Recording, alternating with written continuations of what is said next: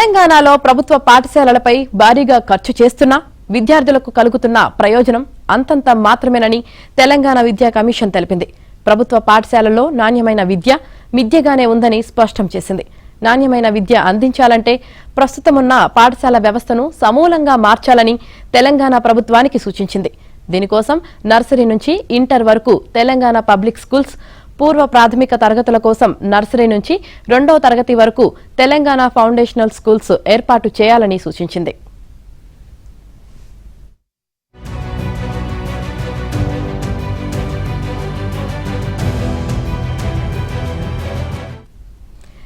తెలంగాణ విద్యా commission chairman Akunuri Murali, సభ్యులు ఇటీవలే సీఎం రేవంత్ ను కలిసి విద్యా వ్యవస్థలో చేపట్టాల్సిన సంస్కరణలపై కీలక సిఫార్సులు చేశారు.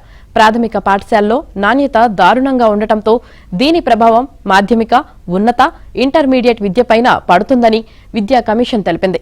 తెలంగాణలో మొత్తంలో ఇంటర్ చదువుతున్న విద్యార్థుల్లో కేవలం 23% మాత్రమే ప్రభుత్వ జూనియర్ కాలేజీల్లో చదువుతున్నారని తెలిపింది.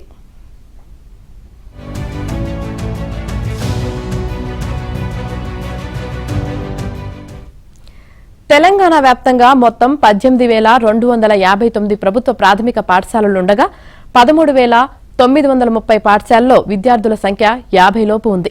అలాగే 4,235 బడుల్లో ఒక్కరే ఉపాధ్యాయుడు ఉన్నారు. మొత్తం 18,259 ప్రభుత్వ ప్రాథమిక పాఠశాలల్లో 12,760 బడుల్లో తరగతి గదులు 3 లోపే ఉన్నాయని తెలిసింది. ప్రభుత్వ బడుల వసతుల కల్పనలో జాతీయ స్థాయిలో 36 రాష్ట్రాల్లో తెలంగాణ 32వ స్థానంలో ఉండగా నాణ్యమైన విద్య, సమర్థంగా బడుల నిర్వహణలో 27వ స్థానంలో ఉందని తెలంగాణ విద్యా కమిషన్ ప్రభుత్వానికి సమర్పించిన నివేదికలో తెలిపింది.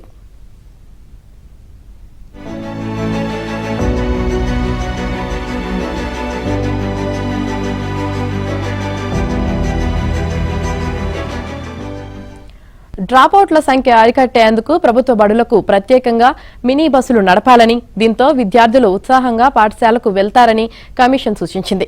మినీ బస్సుల ఏర్పాటుకు స్థానిక యువతకు 50% సబ్సిడీ ప్రభుత్వం ఇవ్వాలని సూచించింది. దీంతో స్థానిక యువతకు ఉపాధి కూడా లభిస్తుందని సూచించింది. 632 మండలాల్లో మినీ బస్సుల పథకానికి ప్రభుత్వం దాదాపు 2,000 కోట్లు ఖర్చు చేయాల్సి ఉంటుందని కమిషన్ అంచనా వేసింది.